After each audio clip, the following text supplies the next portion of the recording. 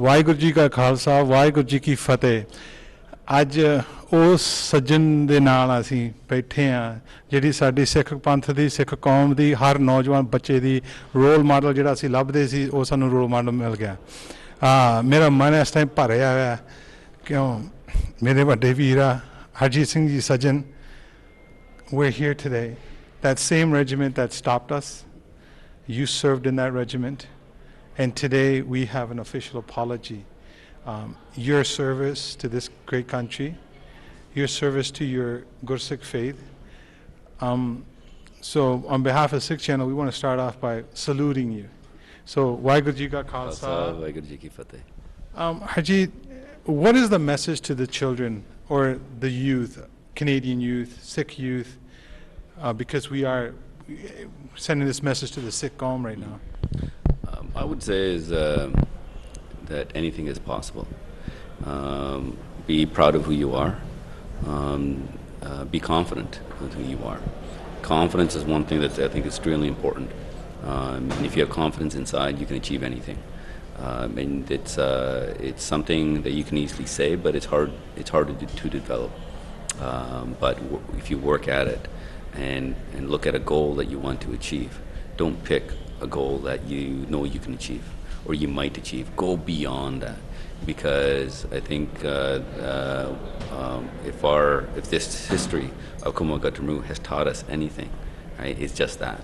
It's pick goals beyond. If you look at, we kind of talk about the story of Komagata Maru of when the ship arrived, but let's go back when they actually started to make this choice, that journey. It was, people thought it was impossible, but they found a way, right? So that's that real story, that even though the ship was turned back, look what they went through. Look what they had to figure out, right? Where others couldn't go that distance, they did. It wasn't a failure of what they, that they went back. It was a success that they got there. It was a failure in our government at that time to allow them in.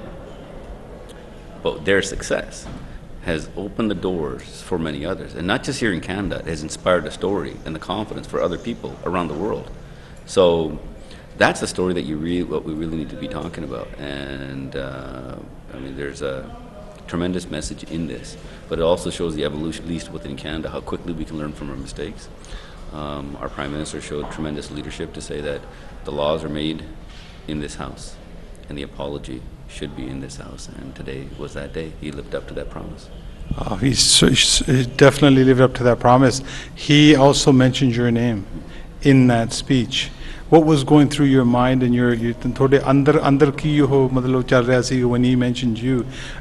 You again Gursikhi de vich ਆਪਾਂ ਹਰ ਵਕਤ ਨਿਮਰਤਾ ਚ ਰਹਿੰਦੇ ਆ ਵੀ ਗੁਰੂ ਸਾਡਾ ਵੱਡਾ ਆ, but still ਜਿੱਥੇ ਗੁਰੂ ਸਾਹਿਬ ਸਾਨੂੰ ਇੱਕ ਕਦਮ ਤੋਰਦੇ ਆ ਉਦੋਂ ਜਦੋਂ ਸਾਰੀ ਵਰਲਡ ਇਸ ਟਾਈਮ ਦੇਖ ਰਹੀ ਸੀਗੀ for this apology, what was going through your mind at that time when he said that you played a major role in this apology? I would say that out of necessity, such opportunities to play this role, and I'm just one of that. Other members of Parliament did the same thing, but I look at it as not me in this role. It could have been easily ho sakta si.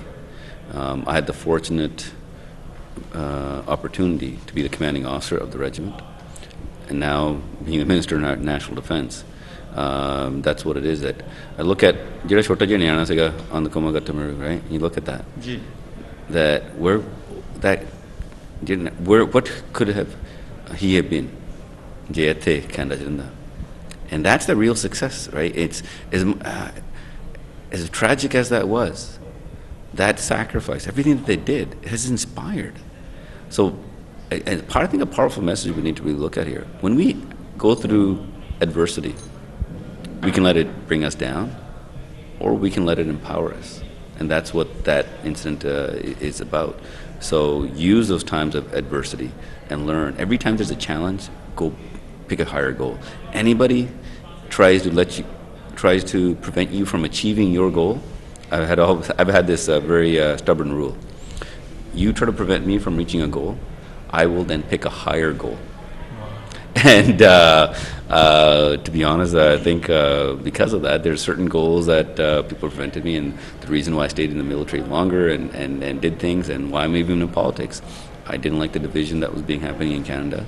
The Prime Minister, when I met him as the leader of the Liberal Party, saw him, he's a great leader, and person who wants to make a difference. So did I. He's building a team who wants to make a difference.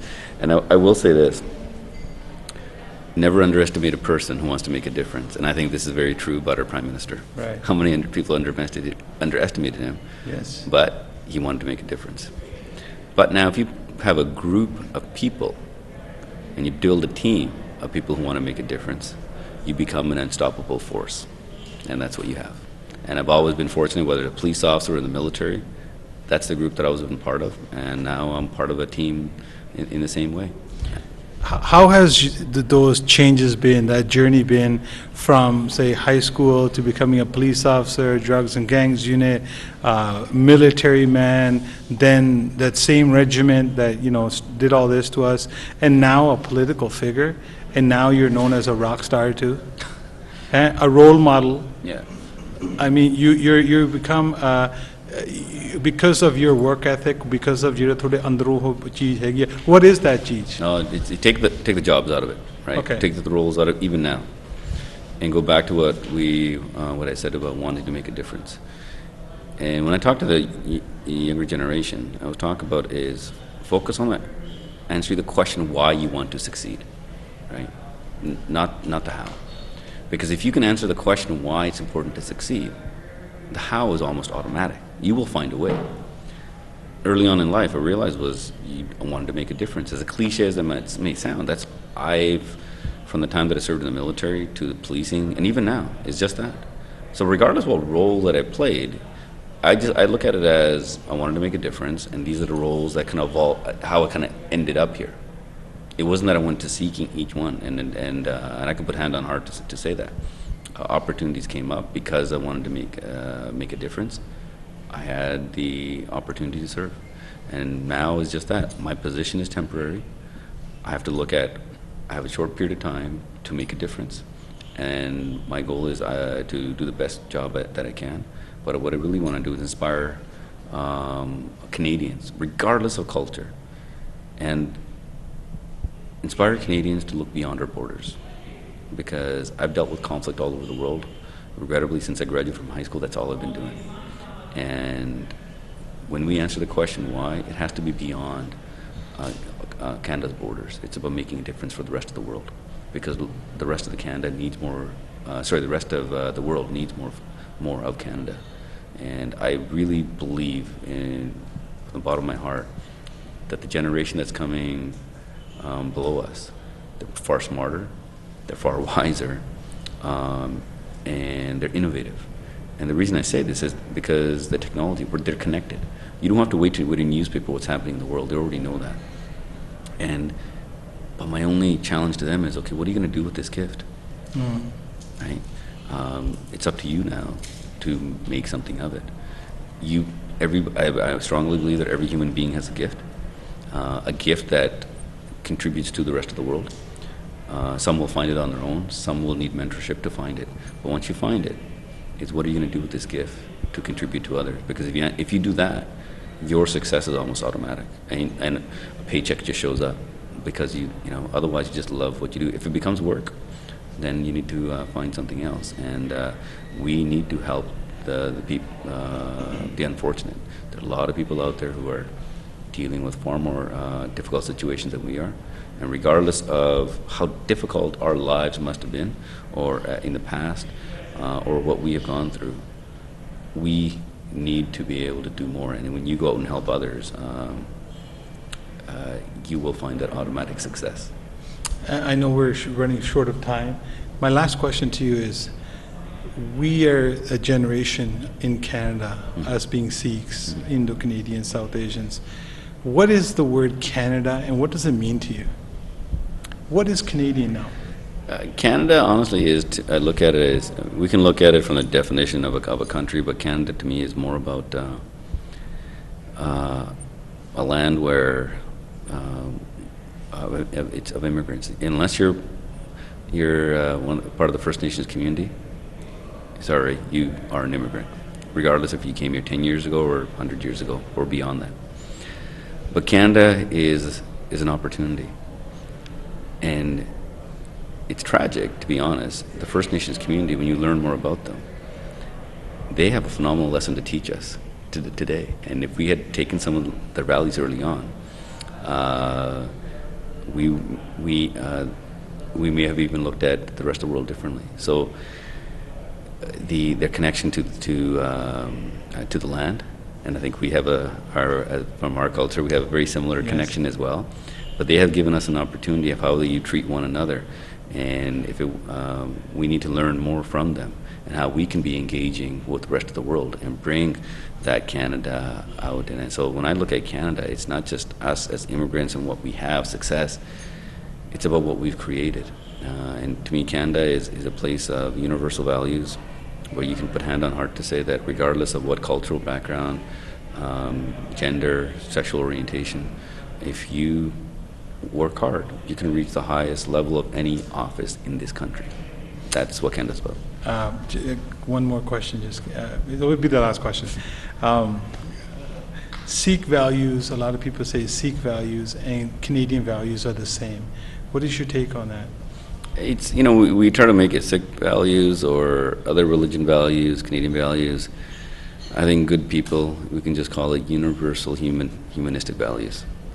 That's what it comes down to, right?